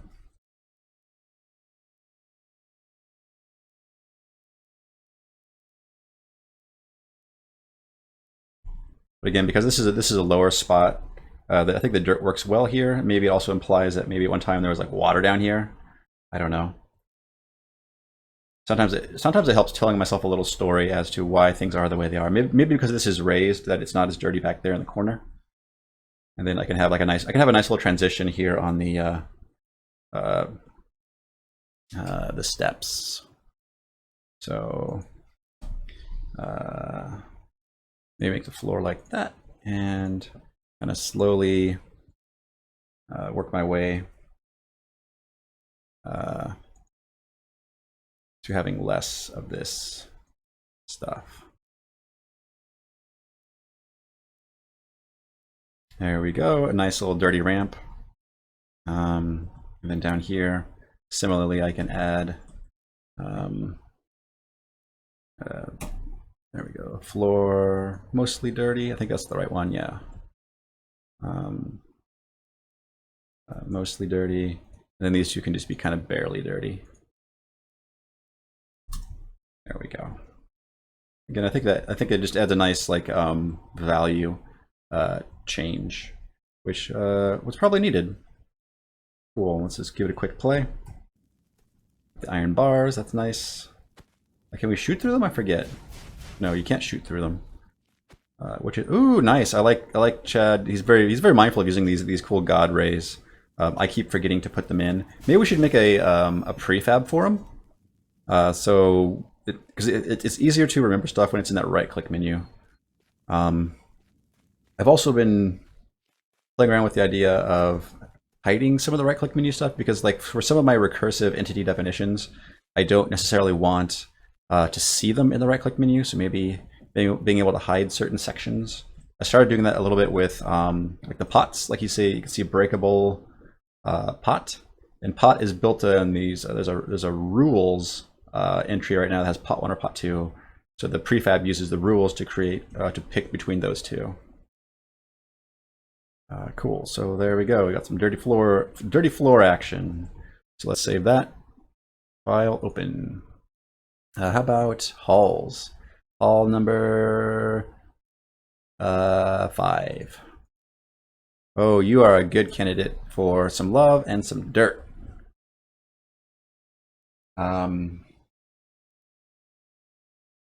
Yeah.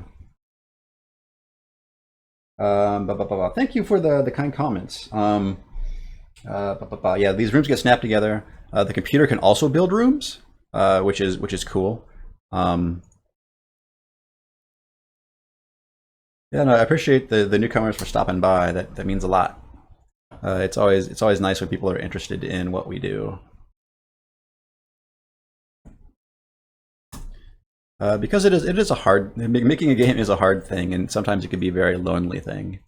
Because I do work from home, and I don't really see many people all day, you know. And when my wife gets home from work, she's all talked out, and it's kind of weird because typically, like, you always hear like the reverse of that, where the man gets home from work and he's all talked out, and you know, that old trope. And we kind of have the reverse of that, where I'm kind of isolated at my office all day, and when she gets home, I'm just like, "Yay, you're home! Let's talk." And she's like, "I've been talking all day, honey. Can I just get a break?" Which it, like, now saying it is kind of amusing, but experiencing it like daily is kind of frustrating at times. Cool. So we got this. Let's promote this little area. Let's raise the ceiling to make it, I think, have some of the variety that way. Let's pull this up. You don't have to go crazy with verticality, just a little bit. There we go. It comes open to a little room in here. Yeah, we made it tall enough too that the wall decorator could put posts in, which is nice. So we get those. These just kind of get thrown on the wall at random, depending upon if they match a certain set of rules. So it's not totally random. I guess there's a procedure behind it. There's a method to the madness. Let's also promote this one to a full-sized room as well. Actually, let's expand it back one. And then pull the ceiling up. There we go. And yeah, this is also very, very flat. How can I fake? I guess I could just make this just a small step down, so like this, something like that, and then I can just drag the edges here to make these little ramps. There we go. And I can put these wood posts, dungeon sets, wood post, wood beam vertical, and I can kind of slam these in the corners to get basically like create like some framing as if it was man-made. Ugh, the ceiling is just a little too. That's all right. I'll just maybe lower all of these and then just pull this one up. There we go. And put in the copy over here. Cool.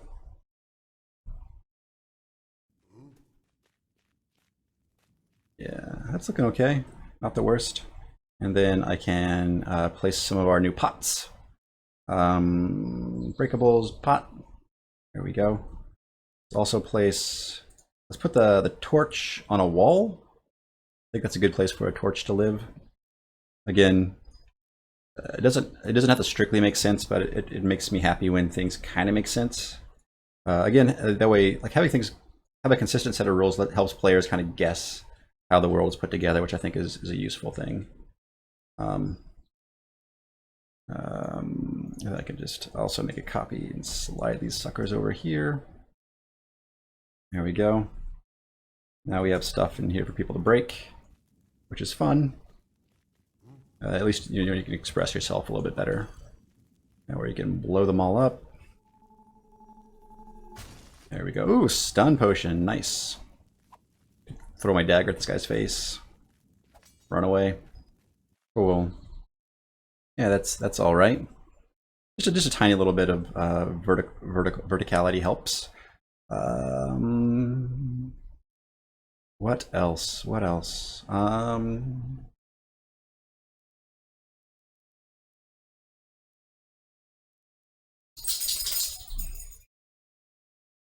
So we use Git as our version control solution.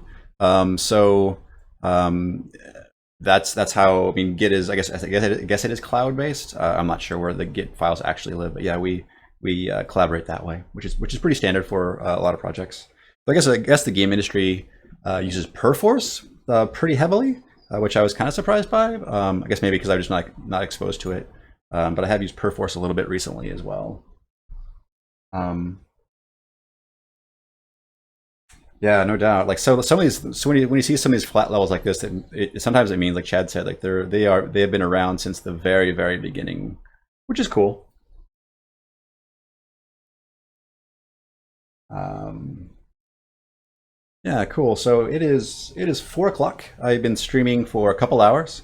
I probably ought to go pick up my son here in a little bit from daycare because I do want to spend time with him before he crashes for the evening. Um, so let me just go ahead and save my progress. File save. Let's close this out. Let's look at source control real quick. Yeah, get status. So I've changed a few things. Let's just add them to source control and let's commit them with a message so Chad knows what I've been up to. Just saying updating dungeon slash corners. Cool, git push.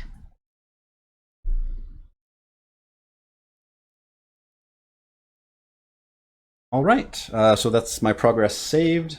Yeah, so let me pull open some notes. Yeah, so I am Joshua. I have been, still am Joshua. I've been working on my video game Delver. Let me just pop open the website so I do one last plug for that. You can find it at delvergame.com. It is a dungeon crawler that has fantasy, roguelike, first-person shootery, RPG elements. It's a passion project. Cuttigan and I have been working on this for years, trying to get this thing finished up. And this is part of my effort in doing that. So you can, so buying it directly supports us and is appreciated. We're available on Steam for $7.99.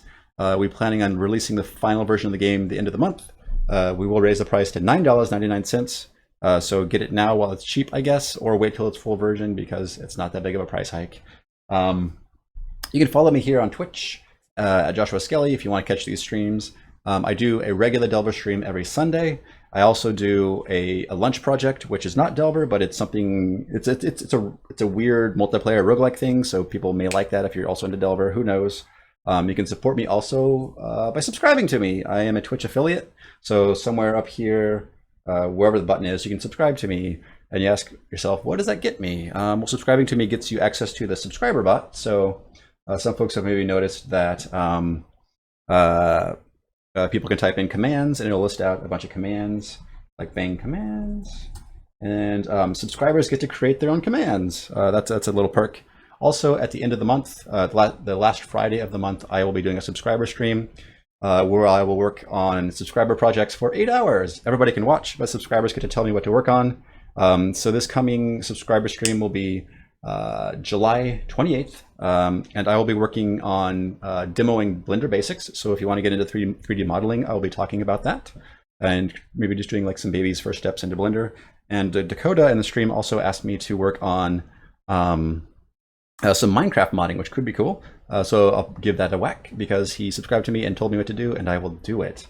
Let me think, what else? Ooh, thank you for the bits. That's really kind of you. That is the first time I've gotten bits, so that's really awesome. What else? Yeah, so I will thank my subscribers. I have 3 of them now. Let me see if I can do it in order. So there is Fifth Elephant, Codrake, and Nympheus. Those are my 3 subscribers. You guys are the best. You help support me in these weird things that I do. All right, everybody. I think that's everything I have to say. I think I've been plugging myself long enough that my stomach is like, stop talking about yourself, Joshua. But it's been fun. I look forward to streaming and working and sharing what I know with you folks and learning things from you as well. because you all are way smarter than me. But I will see you tomorrow at noon for more lunch break roguelike stuff, and I will see you Sunday at noon for more Delver stuff. Actually, pause that. This coming Sunday, my Delver stream will probably be a lot earlier because we're visiting with family, and I will definitely do that earlier. I'll probably on Saturday. I'll let you folks know when that's going to happen because I don't really know what my schedule is going to look like until it gets closer. But there will be a stream because I've been streaming Delver actually every Sunday for a year now, which is pretty crazy. So that is what that is. I've been rambling forever. Have a good day. I'll see you tomorrow.